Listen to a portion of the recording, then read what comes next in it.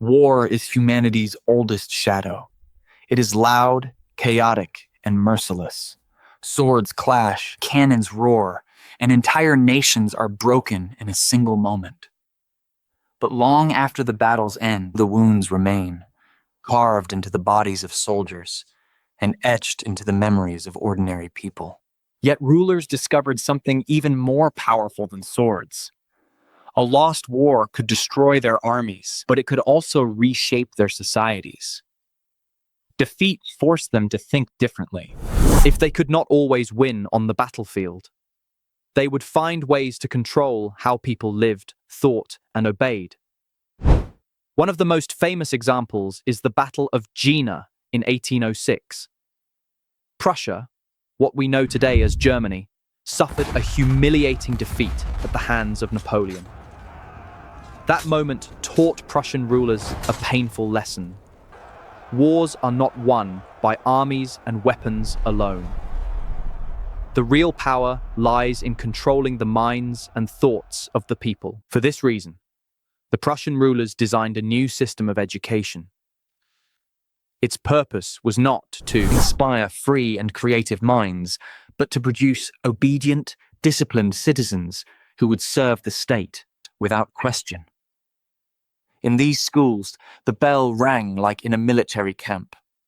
The teacher stood as the commander, the students became the soldiers, and slowly, what began as the pursuit of knowledge was transformed into a quiet form of slavery. As the years passed, the Prussian system grew stronger. What began after defeat soon became a model of discipline and obedience. In 1843, an American lawyer and politician named Horace Mann, later known as the father of American public education, visited Prussia. He studied their schools closely and decided to bring the system back to America. Through persistent lobbying, Mann helped introduce this model into American education.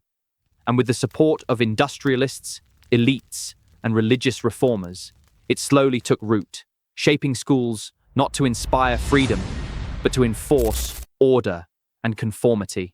For centuries, human life moved to the rhythm of the sun and the soil. But then, everything changed. The world began to move to a new, mechanical pulse.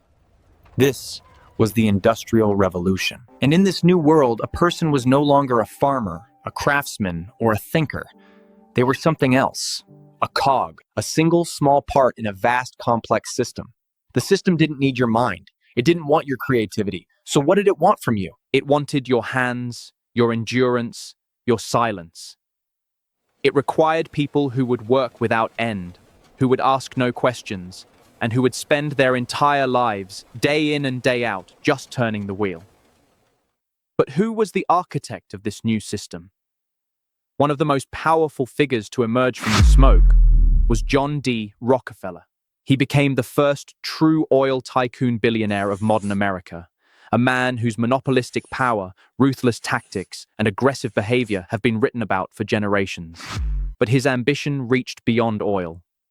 He understood that true power wasn't just controlling an industry, it was controlling the system itself.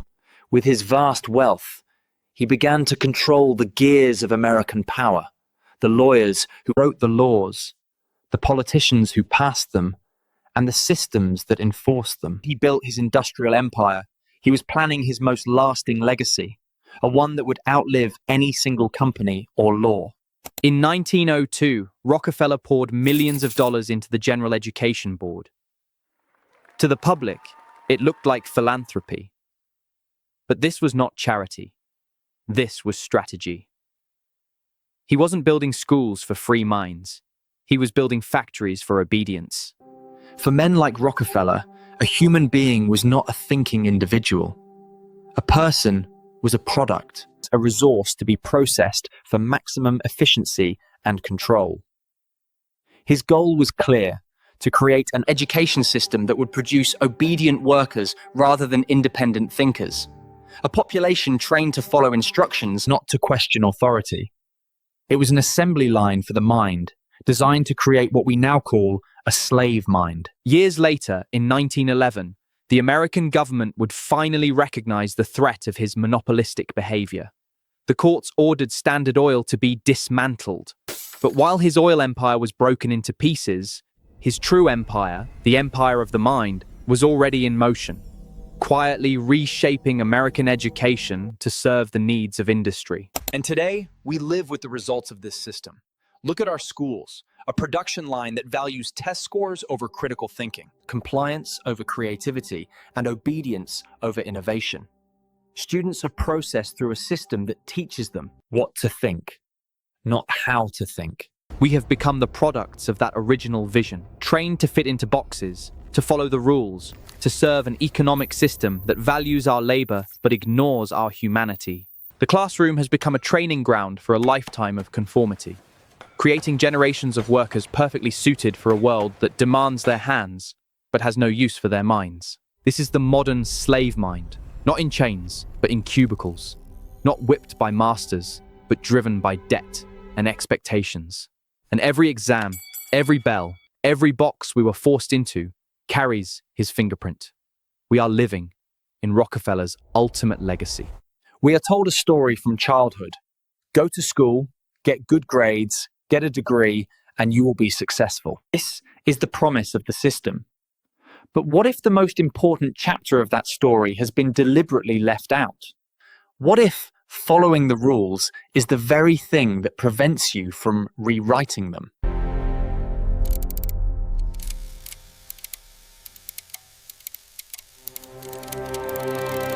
Thomas Edison, a young boy in his basement, mixing chemicals, nearly burning the house down.